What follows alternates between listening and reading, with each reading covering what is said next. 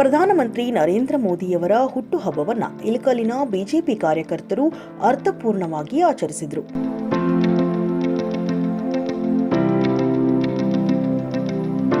ಹುನಗುಂದದ ಮಾಜಿ ಶಾಸಕ ದೊಡ್ಡನಗೌಡ ಪಾಟೀಲ್ ಅವರ ನೇತೃತ್ವದಲ್ಲಿ ನಗರದ ಅಮ್ಮ ಸೇವಾ ಸಂಸ್ಥೆ ಸರ್ಕಾರಿ ಆಸ್ಪತ್ರೆಯ ರೋಗಿಗಳಿಗೆ ಹಣ್ಣು ಹಂಪಲವನ್ನ ನೀಡಿದರು.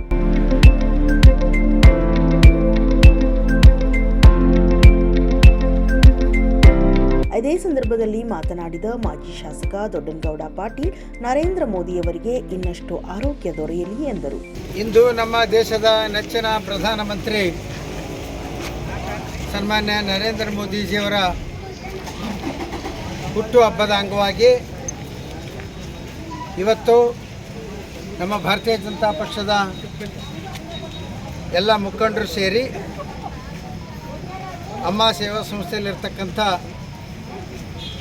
ಅನಾಥರಿಗೆ, ವೃದ್ಧರಿಗೆ ಹಣ್ಣು ಹಂಪಲಗಳನ್ನು ಕೊಡೋದ್ರ ಮುಖಾಂತರ ಹಾಗೂ ಸಾರ್ವಜನಿಕ ಆಸ್ಪತ್ರೆ ಇಳಕಲ್ಲದಲ್ಲಿ ಏನು ಪೇಷಂಟಾಗಿ ಅಡ್ಮಿಟ್ ಆಗಿರ್ತಾರಲ್ಲ ಆ ಒಂದು ಪೇಷಂಟ್ಗಳಿಗೂ ಕೂಡ ಹಣ್ಣು ಹಂಪಲಗಳನ್ನು ಹಂಚೋದ್ರ ಮುಖಾಂತರ ಇವತ್ತು ನಮ್ಮ ನೆಚ್ಚಿನ ಪ್ರಧಾನಮಂತ್ರಿ ನರೇಂದ್ರ ಮೋದಿಜಿಯವರಿಗೆ ಇನ್ನೂ ಹೆಚ್ಚಿನ ಶಕ್ತಿಯನ್ನು ಭಗವಂತ ಕೊಡಲಿ, ಈ ದೇಶದ ಸೇವೆಯನ್ನು ಮಾಡಿ ಈ ದೇಶದ ಕೀರ್ತಿ ಪತಾಕೆಯನ್ನು ಇನ್ನೂ ಅತಿ ಹೆಚ್ಚಿನ.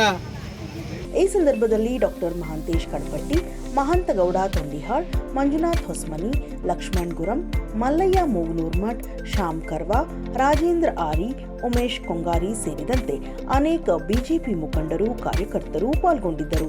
ಇನ್ನಷ್ಟು ಅಪ್ಡೇಟ್ಗಳಿಗಾಗಿ ಫಾಲೋ ಮಾಡಿ ವಿಜಯ ಧ್ವನಿ ನ್ಯೂಸ್.